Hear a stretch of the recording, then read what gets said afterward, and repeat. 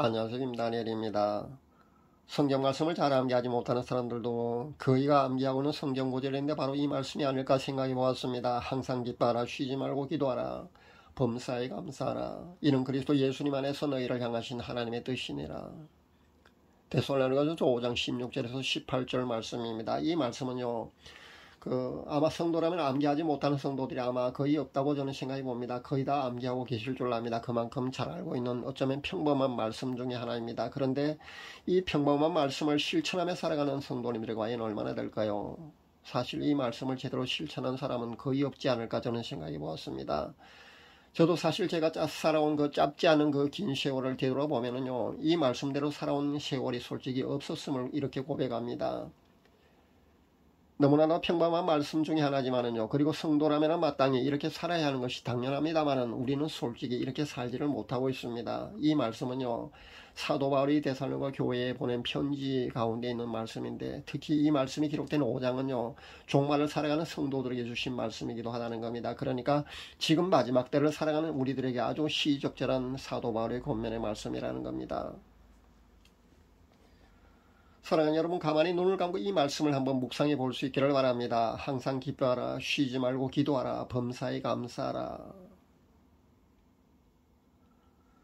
사실 저는 오늘 메시지를 전하기 위해서 다른 본문과 제목을 정해놓고요, 아무리 원고를 작성하려고 해도 마음이 쉽게 움직이질 않았습니다. 그래서 치워버렸습니다. 그리고 기도를 했습니다. 하나님 아버지, 무슨 메시지를 전할까요? 알려주세요. 그렇게 기도를 했는데 바로 이 본문이 떠올랐다는 겁니다. 이 말씀은요, 제가 3년 동안 회개하면서 매일 울던 그 시절에 이 말씀에 얽힌 간증도 사실 있거든요. 지금도 그렇게 보면 그래도 제 삶 속에서 이 말씀과 가장 근접하게 살았던 삶의 순간이 바로 이 회개하며 기도하며 그렇게 철회하던 그 3년의 기간이었던 것 같습니다. 그래서 다시금 이 평범해 보이는 이 말씀이 사실은 평범한 말씀이 아니라는 겁니다. 실제 이 말씀대로만 우리 성도님들이 살 수 있다면요, 신앙의 절정감, 그러니까 신앙의 최상위, 최정점에서나 나올 수 있는 그런 우리 성도의 삶이 될 수 있다는 겁니다. 또는 휴거 신부의 영성을 소유하려면요, 반드시 이렇게 살아야만 된다는 겁니다. 이렇게만 살 수 있다면 누구나 휴고 될 수 있다고 저는 생각해 봅니다. 근데 실제 이 말씀대로 살아가는 성도들은 거의 없다는 겁니다. 물론 저도 이 말씀대로 살지를 못하고 있습니다. 그런데 전 그나마 이 말씀처럼요, 그렇게 근접한 그런 접근한 그런 삶을 살았던 적이 있긴 있습니다. 3년 동안 매일 회개하며 울며 한 달에 10일 정도를 그렇게 철회하면서 찬양하고 기도했던 그 시절이 아마 이 말씀에 가장 근접한 접근한 그런 삶을 살았던 시절이 아니었던가 저는 생각해 봅니다.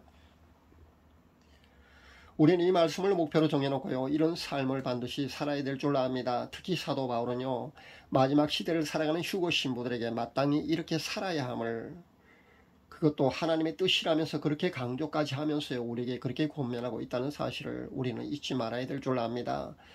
들려오는 세계 정세나 정보는요, 우리를 솔직히 불안하게 만드는 것이 사실입니다. 원숭이 도착 문제도 사실 심상찮게 전 세계적으로 그렇게 현재 번지고 있습니다. 클라우스 슈밥이 이끄는 다보스 포럼에 우리나라의 나경원 전 의원이 특사로 참여하고 있다는 사실 여러분 잘 알고 계실 줄 압니다. 그러니까 새 정권도요, NW 뉴월드 오더라고 하죠. 바로 여기에 얘네들 손 아래에 있다는 것을 우리는 이렇게 알아야 될 줄 압니다.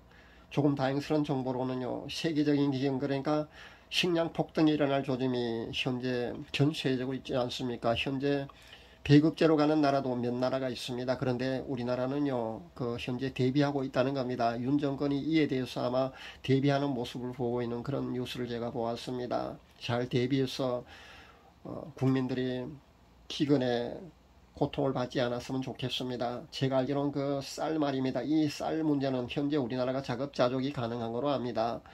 다른 식자재 품목들은 정부가 요셉의 7년 풍년과 7년 흉년의 그 지혜를 발휘해 주셨으면 참 좋겠다는 그런 기대를 해봅니다. 반드시 정부가 우리 국민들이 고통받지 않기 위해서 기근에 대비해 주셨으면 좋겠습니다.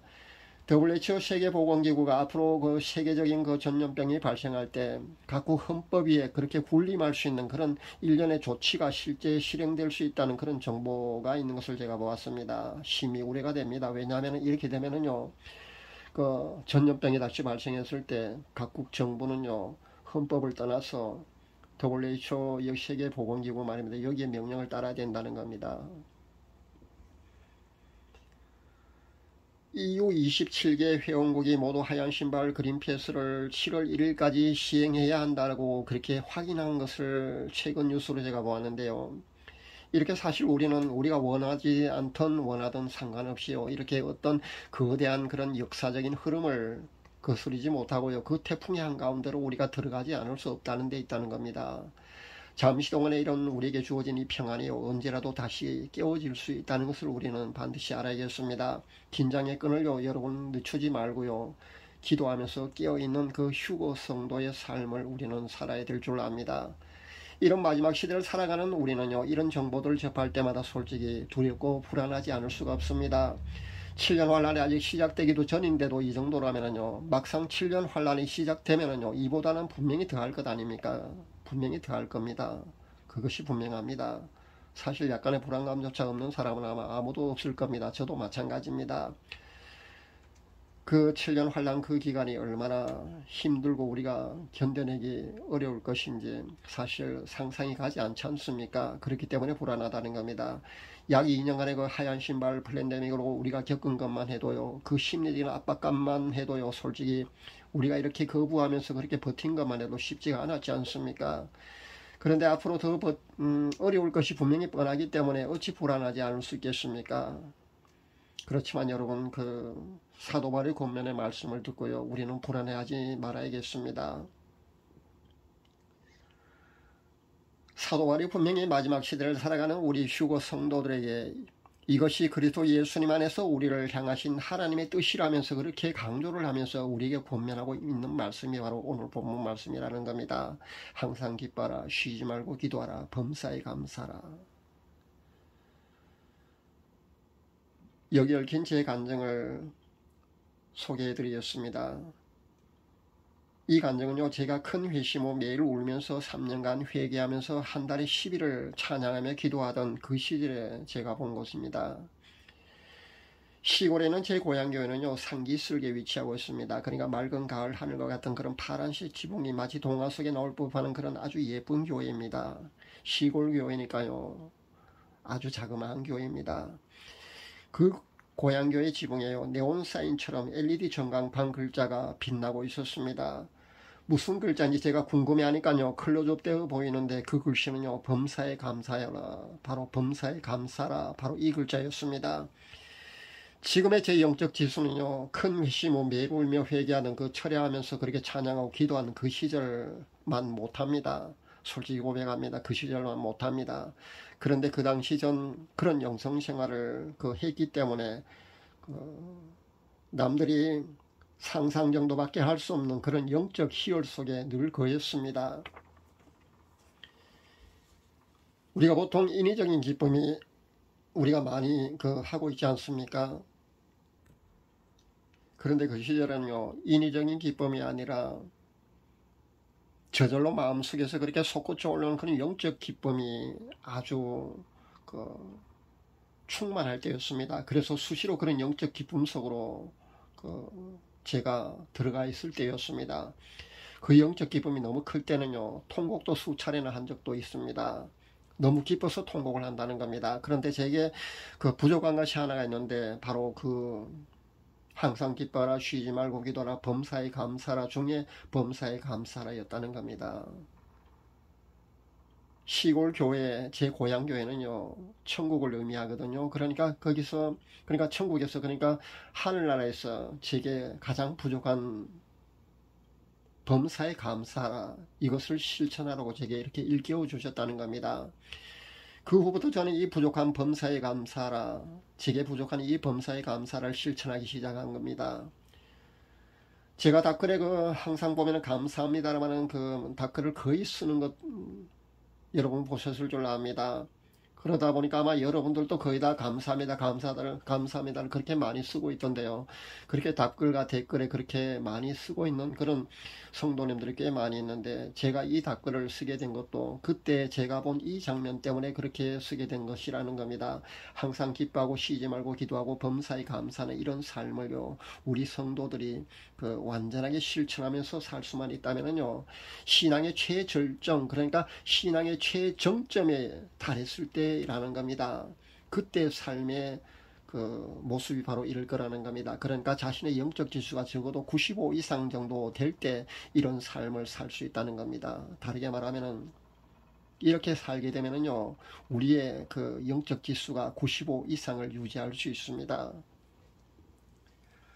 사도 바울이 특히 마지막 세대를 살고 있는 휴거 성도들에게 권면한 이 평범해 보이는 이 말씀은요, 사실은 평범해 보이지만은 평범한 말씀이 절대 아니라는 겁니다.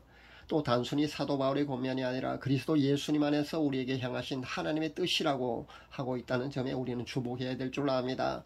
들려오는 세계 정세와 종말론에 관한 여러 정보만 보아도요, 우리는 사실 불안하지 않을 수 없습니다. 그러나 휴거 성도들은요, 항상 기뻐하고 쉬지 말고 기도하며 범사에 감사하는 그런 신앙의 삶을 반드시 살아야 될 줄 압니다. 이 말씀대로만 살 수만 있다면요, 누구도 휴거 신부가 다 될 수 있다고 저는 생각해 봅니다. 다르게 말씀드린다면요, 이 말씀을 실천한 사람은요, 휴거 신부의 영성을 소유한 사람이라는 겁니다. 마지막 시대를 살아가는 성도님들은요, 휴거의 영성을 반드시 소유해야 합니다. 그래야만 휴거 될 수 있습니다. 평범해 보이는 말씀이기도 합니다만은 결코 평범하지 않은 이 말씀을 우리는 실천하며 살아가는 그런 성도님들 다 되어야 된다는 겁니다. 그건요, 신앙의 이런 신앙의 삶을 살아가는 성도들이요, 바로 휴거 신부이고, 신앙의 최정점, 그러니까 최절정에 달한 성도의 모습이 바로 이 모습이기 때문입니다. 우리 모두 이런 신앙의 최정점, 그러니까 최절정에 달한 그런 성도의 모습으로 살아갈 수 있어야겠습니다. 그래야 휴거 신부로서 마땅한 자세이고, 휴거 신부로 하나님이 인정하시기에 충분한 신부의 삶의 모습이라는 겁니다. 그런 삶을 살아가는 여러분 다 되시기를 간절히 기도합니다. 감사합니다.